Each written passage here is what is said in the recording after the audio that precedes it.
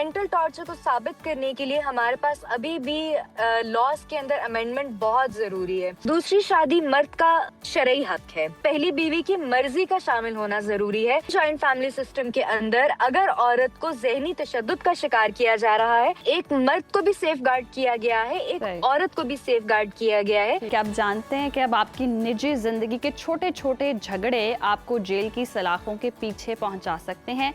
इस्लामाबाद में नाफिज होने वाला घरेलू तशद्दुद एंड प्रोटेक्शन एक्ट 2026 एक ऐसा कानून है जिसने नफ्सियाती अजियत की नई तारीफें जो है वो मुतय्यन की हैं। अब किसी को बिला जवाज तलाक की धमकी देना या दूसरी शादी का डर पैदा करना ये महज ज़ुबानी तकरार नहीं बल्कि काबिल सज़ा जुर्म होगा। उज़ैर, और इसमें अहम बात यह कि ये कानून किरदार कुशी और स्टॉकिंग जैसे जदीद दौर के मसालिम का भी अहाता करता है। माहिरीन कहते हैं कि ये तलाक की लटकती तलवार से औरत को निजात दिलाने की कोशिश है, मगर सोशल मीडिया पर एक तूफान बरपा है कि क्या घरेलू रिश्तों के तवाज़ुन में ख़वातीन को गैर ज़रूरी इख्तियारात मिल गए हैं, कैसे हमारा ख़ानदानी ढांचा बिखर जाएगा। तो आज हम इन तमाम शिकों का बारीक बीनी से जायज़ा लेते हैं। एडवोकेट सुप्रीम कोर्ट सिद्रा असदुज़्ज़ा हमारे साथ मौजूद हैं। Sidra, good morning, welcome to Suno Pakistan. Domestic violence act 2026 Islamabad में तो नाफिज हो गया है, जो नफ्सियाती या घरेलू तशद्दुद इस एक्ट में शामिल किए गए हैं। क्या हमारे निज़ाम में इनको साबित करने की सलाहियत है या फिर ये कानून सिर्फ मुकदमात की भरमार ही करेगा? अच्छा, ये एक बहुत बड़ा चैलेंज है। आप ये देखिए कि हमारे पास जो पाकिस्तान पीनल कोड है वो तो इसके ऊपर एक पूरा पैरामीटर देता है, लेकिन जहाँ पे बात आती है आपके मेंटल टॉर्चर को साबित करने की, hence it is not the physical torture, उसका आपके जिस्म पे जो है वो निशान नहीं पड़ रहा। तो मेंटल टॉर्चर को साबित करने के लिए हमारे पास अभी भी लॉज के अंदर अमेंडमेंट बहुत जरूरी है। फिर उसी के अंदर एक दूसरा पॉइंट ये है कि हमारे पास जो है वो स्पेशलाइज्ड साइकोलॉजिस्ट की और स्पेशलाइज्ड साइकाइट्रिस्ट की, वीसी के साइकोलॉजिस्ट और साइकाइट्रिस्ट के दरमियान भी एक डिफरेंस होता है।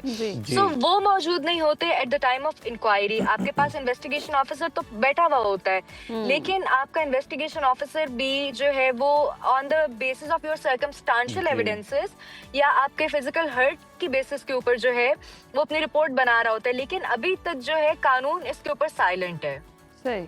अच्छा सिद्रा, जिस तरह से कहा जा रहा है कि लफ्जी तकरार नहीं हो सकेगी, आप ऐसे नहीं कह सकते कि मैं तुम्हें तलाक दे रहा हूँ या डराना कि मैं तुम्हें तलाक दे दूंगा, इस सूरत हाल में ऐसी सिचुएशन नहीं हो सकती कि टॉक्सिक रिलेशनशिप में रहने के बजाय वो सेपरेशन वाला एलिमेंट ख़त्म हो जाएगा और कहीं ना कहीं वो दोनों इरिटेट होंगे एक दूसरे से और ज़ुबानी तकरार भी नहीं हो सकेगी? तो आदमी के पास और बहुत रास्ते हैं, तलाक नहीं देगा तो दूसरा टॉर्चर कर लेगा, कोई अफेयर चला लेगा, उस तरह से भी तो औरत टॉर्चर ही होगी। अच्छा, देखिए शादी का बेसिक मकसद क्या है? शादी का मकसद है सुकून वाली जिंदगी। और टॉक्सिसिटी की जहाँ तक आपने बात की है या इनफिडेलिटी की बात की है, फिर चला लेगा तो वो इस सिचुएशन में भी तो मारा जाएगा ना, उस पे भी तो उसके खिलाफ कानूनी कार्रवाई होगी, उस पे चीटिंग का जब इल्जाम साबित हो जाएगा। टॉक्सिसिटी से बचने के लिए और रिश्ते को या ये जो फैमिली यूनिट है इसको एक स्मूथ करने के लिए या इसमें हमांगी पैदा करने के लिए इस किस्म की लेजिस्लेशन की जरूरत पड़ी। देखिए, कानून कब आता है किसी भी सोसाइटी में कि जब उसकी जरूरत पड़ जाती है। आपके पास अगर इस किस्म के केसेस का जो रिपोर्टिंग है वो बढ़ रही है, जहाँ पे हरासमेंट की बात आ रही है, हमने कानून शुरू हुआ था वर्क प्लेस हरासमेंट से, कानून शुरू हुआ था आपका जो है वो वायलेंस अगेंस्ट वुमेन से, होते होते अभी आपके घरों की दहलीज के अंदर तक पहुंच चुका है। तो उसके पीछे फैक्टर्स क्या इन्वॉल्व हैं? आपके पास केसेस इस तरह की रिपोर्ट हो रहे हैं जिसमें ज्यादातर मेंटल टॉर्चर है, जिसमें ज्यादातर इमोशनल अब्यूज है, वर्बल वायलेंस है। तो वहां पे कानून को इन पैरामीटर्स पर लाने की जरूरत पड़ी। अब बात आप ने की धमकी की, देखिए दूसरी शादी मर्द का शरई हक है, मर्द का कानूनी हक है, लेकिन अपने उस हक को वो जब हम शरीयत से उठा के देखते हैं तो वहां पे पहली बीवी की मर्जी का होना जरूरी है। मैं इजाजत की बात नहीं कर रही, इजाजत तो अल्लाह ने उसको दे दी, वहां पे पहली बीवी की मर्जी का शामिल होना जरूरी है। लेकिन आपको पता है कि कोई भी औरत ये अमल बर्दाश्त नहीं कर सकती, और एक ऐसी चीज कि जिसके ऊपर एक औरत ऑलरेडी बहुत सेंसिटिव है, उसको मजीद मेंटल टॉर्चर दिया जाए, तुमने ये ना किया तो मैं दूसरी शादी कर लूंगा, तुमने वो ना किया तो मैं दूसरी शादी कर लूंगा।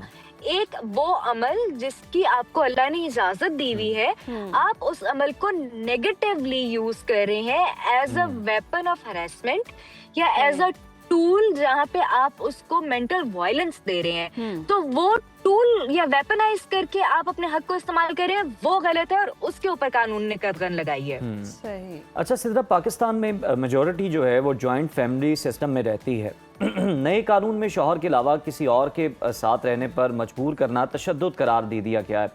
तो क्या इस का निशाना हम देखें तो जॉइंट फैमिली सिस्टम नहीं है क्या? क्या सास ससुर के साथ रहना अब कानूनी तौर पर जुर्म भी बन सकता है अगर खातून नहीं रहना चाहती तो?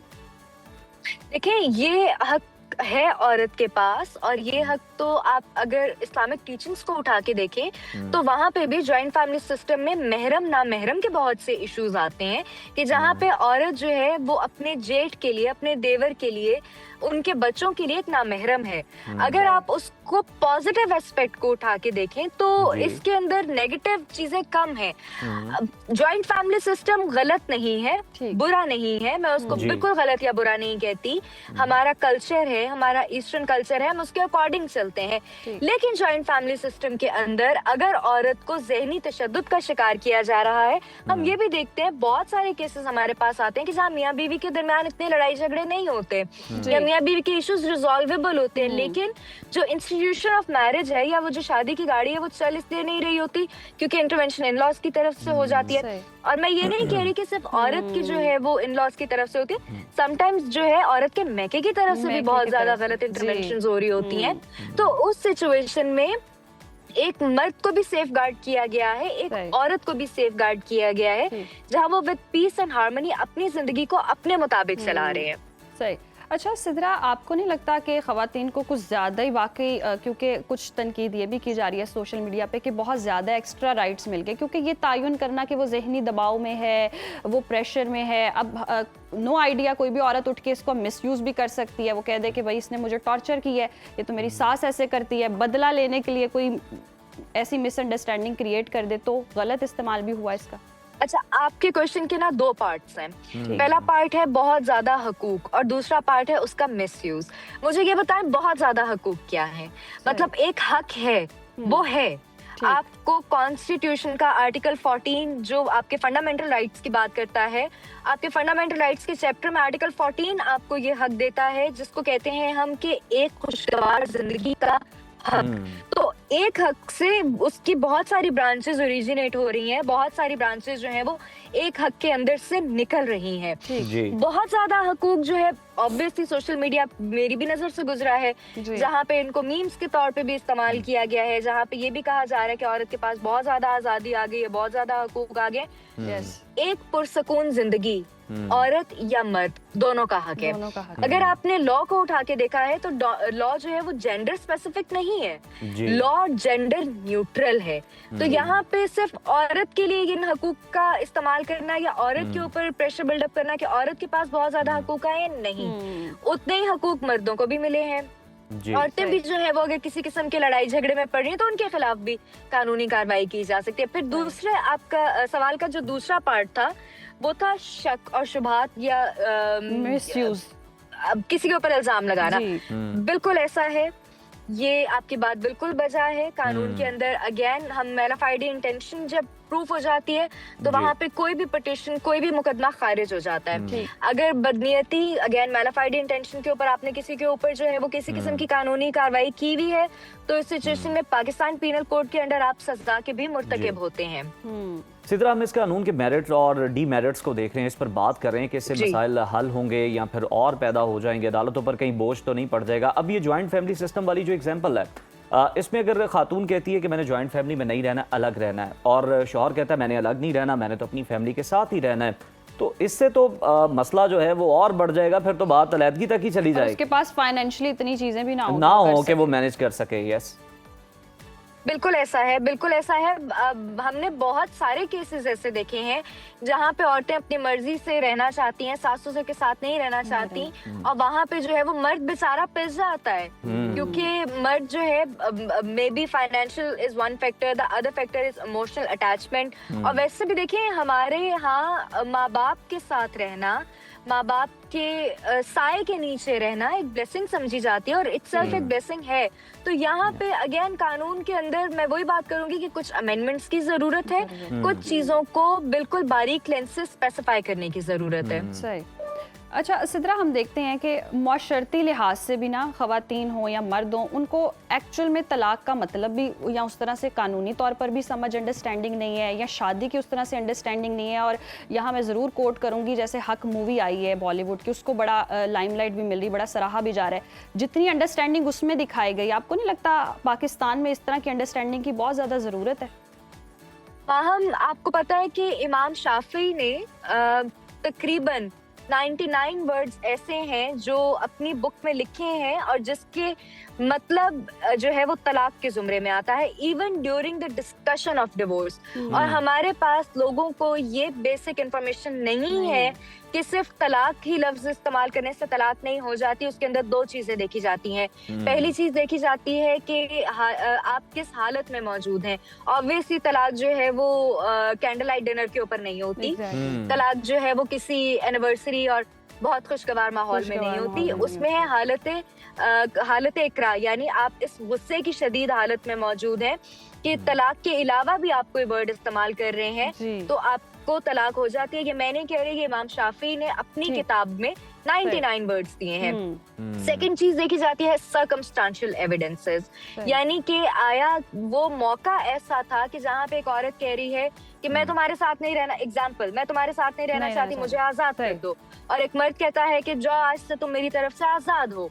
एक एग्जाम्पल। दूसरी एग्जाम्पल ये कि अक्सर ऐसा होता है, लोग कहते हैं अगर तुमने इस घर की दहलीज को पार किया तो मेरी तरफ से तुम आजाद हो, औरत उठती है चली जाती है। सो वो इटसेल्फ जो है on the basis of circumstantial evidences उसको कहते हैं कि तलाक के किनाया, कि जहाँ पे एक्सप्रेसली नहीं लेकिन इम्प्लाइडली जो है वो तलाक हो चुकी है। हमारे यहाँ बहुत जरूरत है बच्चों को पेरेंट्स को इन सारी चीजों पे एजुकेट करने की, जो कि प्योरली इस्लामिक टीचिंग से रिलेटेड है, लेकिन हमारे माशरे में बहुत कमी है और लोगों को ये बातें नहीं पता। बिल्कुल, इस्लाम की इन तालीमात पर भी बात करने की बहुत ज्यादा जरूरत है। Thank you so much Sidra Sadozai साहिबा हमारे साथ मौजूद थी।